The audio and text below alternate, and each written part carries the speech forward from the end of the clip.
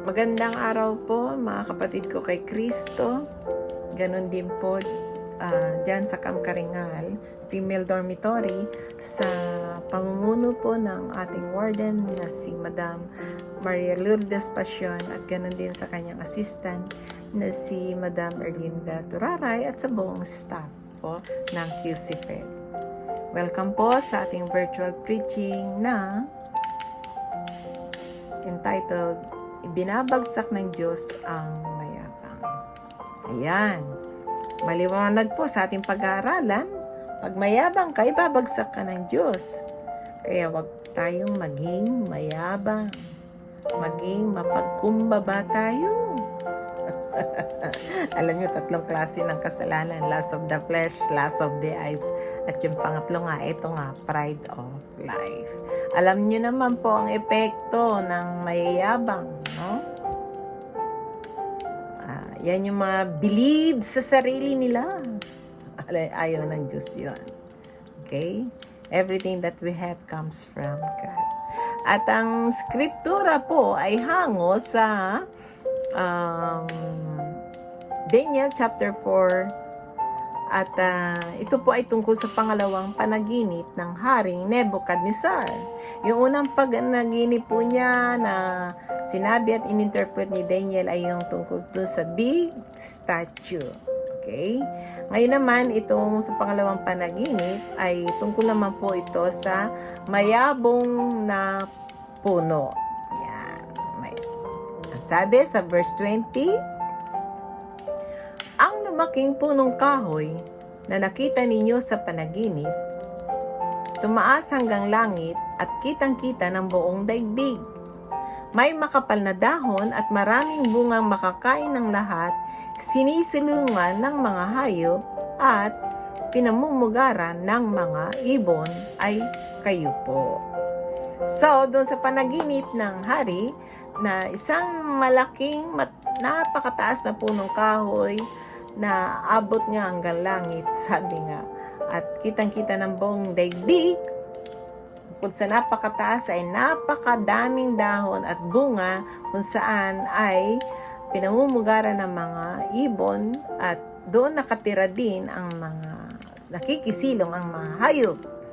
At ang sabi nga, yung mga bungang yon ay makakain ng lahat. Just imagine how big the tree in the dream of King Nebuchadnezzar. Diba?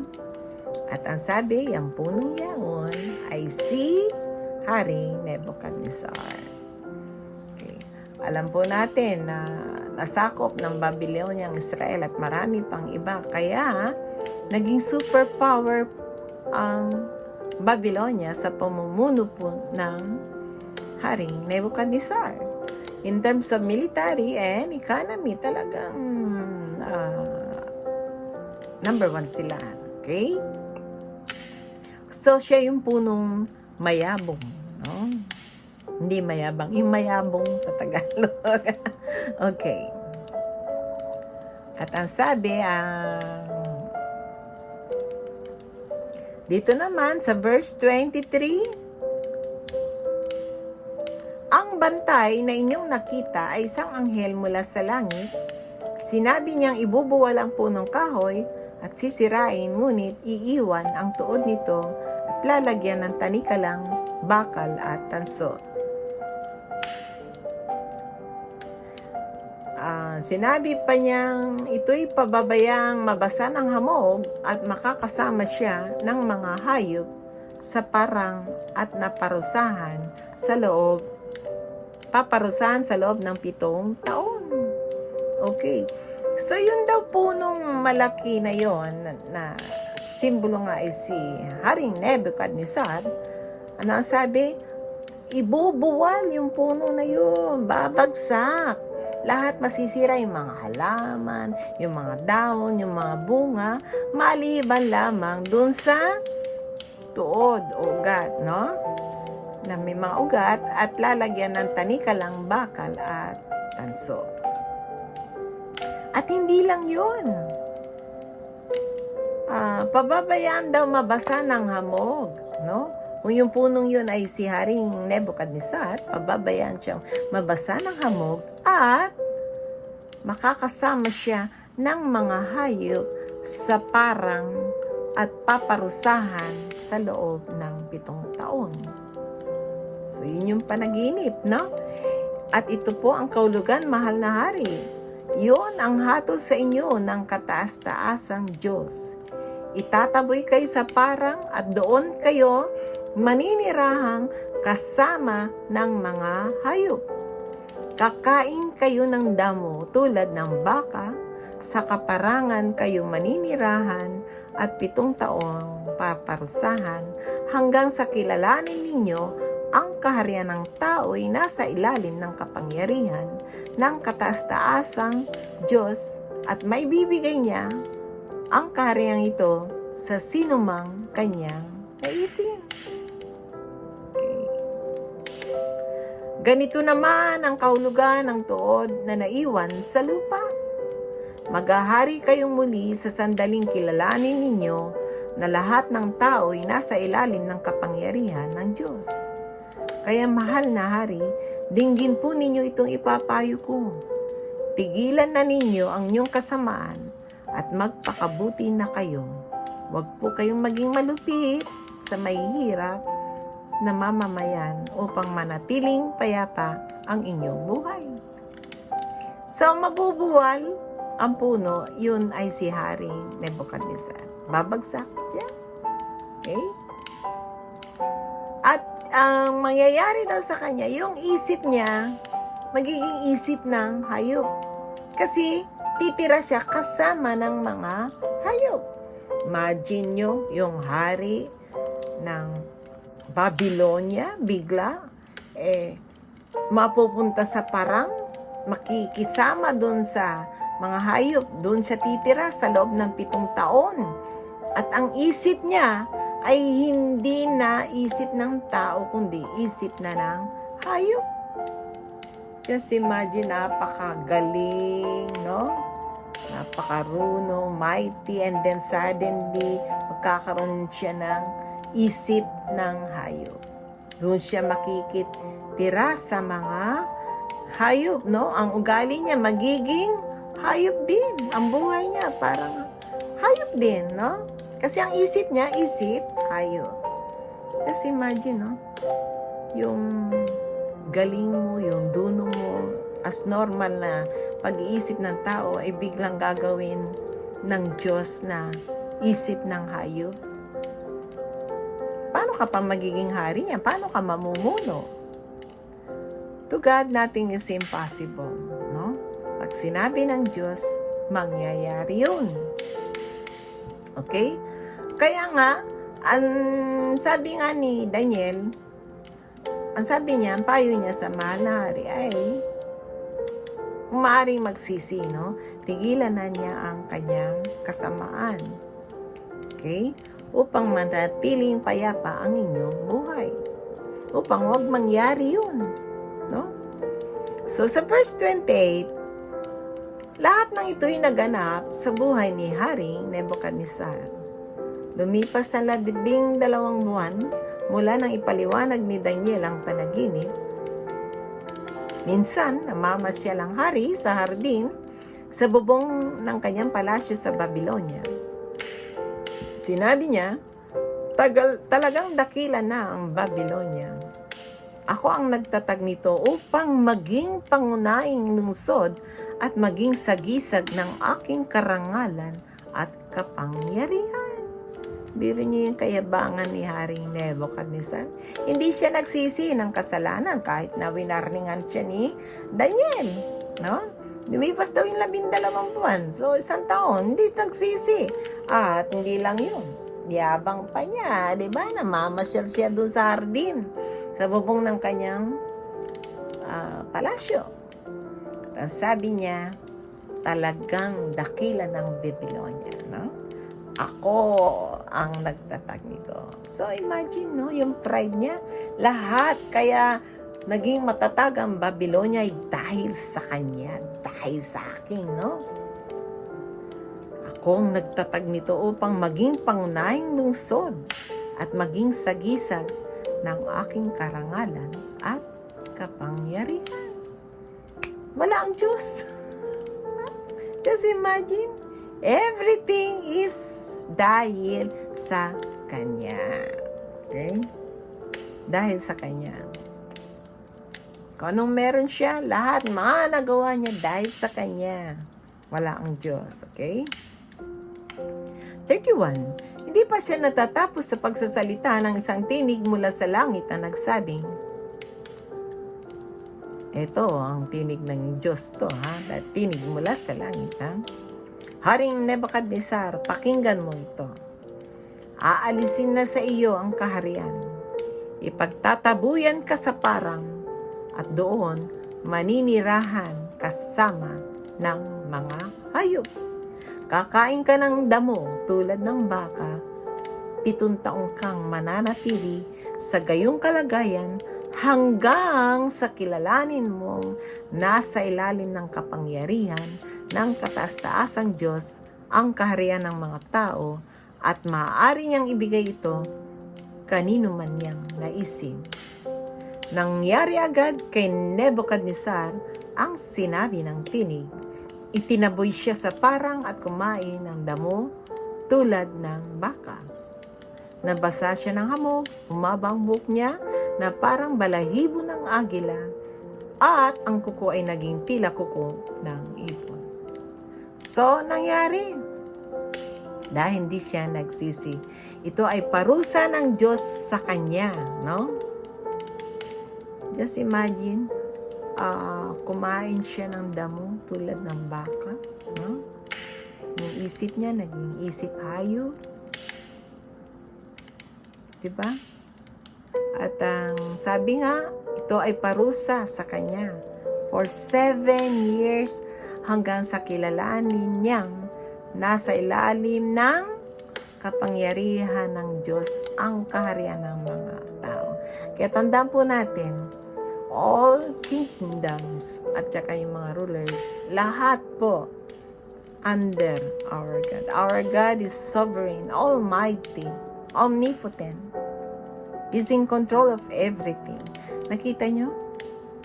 Ang isip ng tao, ng pag-iisip ni Nebukadnezar, naging pag-iisip ng hayop.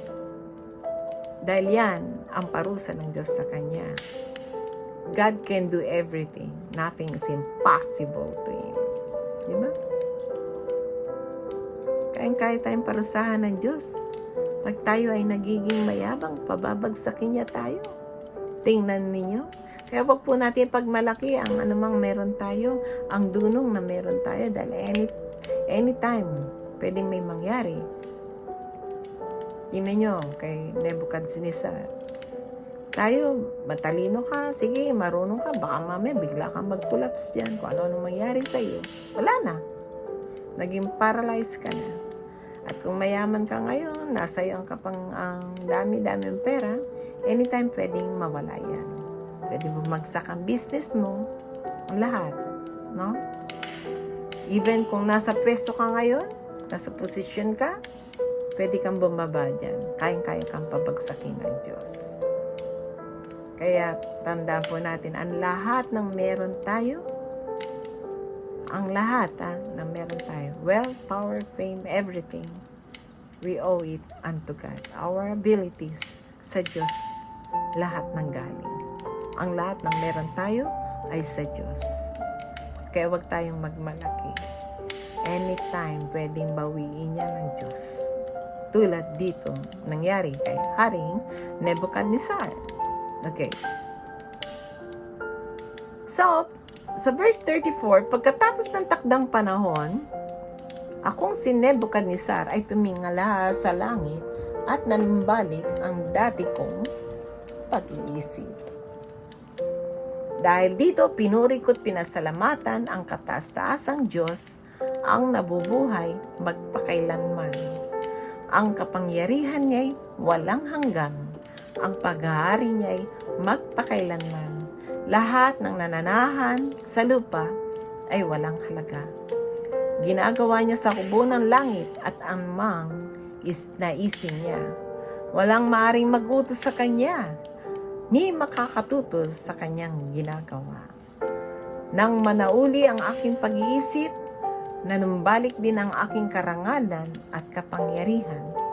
Muli kong tinanggap ang aking mga tagapayo at mga tagapamahala, at ako'y naging higit na dakila at makapangyarihan kaysa dati.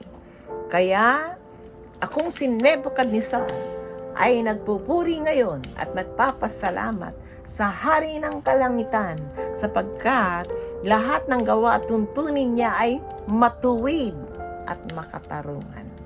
Ibinabagsak niya ang mga palalo. Yan po yung ating title. Ibinabagsak niya ang mga palalo. Kaya, after 7 years, ay nagbalik na po yung normal na pag-iisip ni Haring Nebuchadnezzar. Ibinalik na ng Diyos. Okay? Kaya nga, ang sabi niya, siya mismo ang nagsabi, no? Akong si Nebuchadnezzar ay tumingala sa langit at nanumbalik ang dati kong pag-iisip. Dahil dito, pinuri ko't pinasalamatan ang kataas-taasang Diyos, ang nabubuhay magpakailanman. Just imagine, no?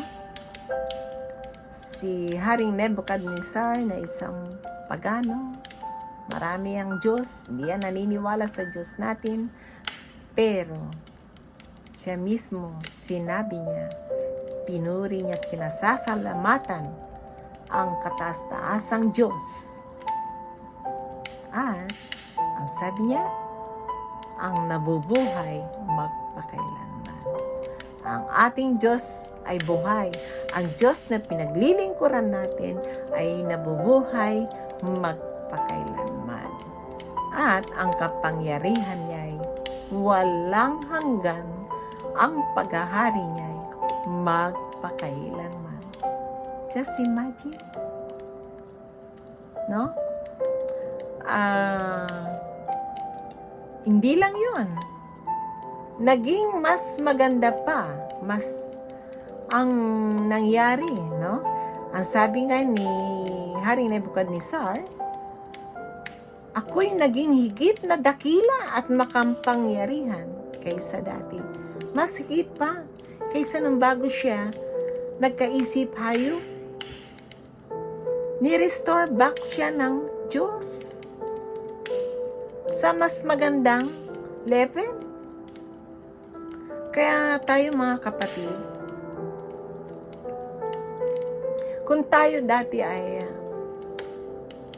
mayabang at tayo pinaparusahan na ng Diyos, kung tayo dati mayaman na naging maramot din, sa pwesto naging mayabang ka rin, akala mo kung sino ka, ngayon nagsasuffer ka na. Hindi lang po yun. Marami sa atin ngayon, lalo ng pandemic, ay depressed na. Wala na. Bagsak na, kumbaga. Nasa suffering. Sobra na yung paghihirap na dinaranas. Maliwanag po na ang ating Diyos ay kayang-kaya niya tayong i-restore ng mas higit pa sa kung ano tayo dati. Kaya lang naman nangyayari ang mga pagsubok na yan dahil nais ng Diyos na tayo ay matuto, magbago tayo ng ugali. Kung dati mayabang tayo, maging mapagkumbaba tayo, huwag tayong magyabang. Kilalanin natin ang Diyos na siyang pinagmulan ng lahat ng kung ano ang meron tayo, ang abilidad at lahat-lahat ng meron tayo ay sa Kanya nanggaling. At kaya nga nangyari ito ay kay Haring Nebuchadnezzar, just imagine, no? Sa kayabangan niya, di siya nagsisi, ayun, naparusahan. Kaya mga kapatid, magsisi po tayo sa ating mga kasalanan.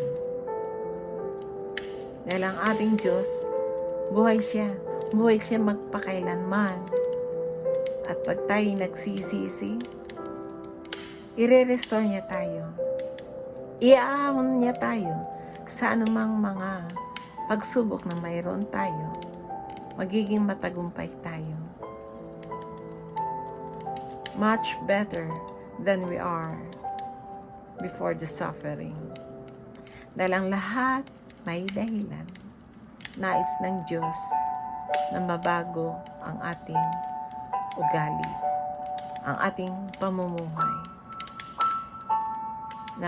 Nais ng Diyos na kilalanin natin siya, na siya ang pinagmumulan ng lahat. Lahat-lahat. At ang Diyos, He's in control of everything. Nothing is impossible to Him. Kayang-kaya niya gawin ang lahat. Kaya manatili tayong mapagkumbaba. At lagi po nating sasambahin ng Diyos, pasalamatan dahil sa Kanya lahat, nagmula ang lahat ng mayroon tayo. Pasalamatan natin siya sa pag-iingat sa atin at ganun din sa anumang mga problema na mayroon tayo, gaano man tayo kalungkot, kadepress, kawalang pag-asa. Ngayon mga kapatid, ang Diyos ang ating pag-asa. Maliwanag. Kayang-kaya niyang ibalik ang lahat ng mas higit na mabuti. Kaya manatili tayong tapat sa Diyos. Magsisi sa kasalanan at huwag maging mayabang. Ang lahat ng papuri at pasasalamat tanging sa Diyos lamang. Sa atin, wala tayong magagawa pag wala ang Diyos sa atin. Okay? Tayo nga pong lahat ay yumuko. At tayong manalangin. Lord God, hallelujah, Lord. Maraming salamat po, God. Sa lahat, O God, na inyong ginawa sa amin, sa pag-iingat nyo sa amin, sa lahat ng mga pagpapala, O God, sa kagalingan ng mga sakit, O God. Lord, maraming salamat. At dalangin namin, Panginoon, ang aking mga kapatid na narito, tinataas ko po sa inyo ang kanilang mga kaso, Lord. Lord God, kayang-kaya ninyo silang palabasin, O God, sa lugar na dyan, O God, sa kulungan, Lord, at maibalik sila sa kanilang mga mahal sa buhay. At magkaroon sila ng mas magandang buhay, Panginoon. You are God in control, Lord. Hallelujah, O God. Dalangin ko, O God, na patuloy, O God, na ingatan mo ang aking mga kapatid na ito at igawad mo sa kanilang kagalingan sa lahat ng kanilang mga sakit.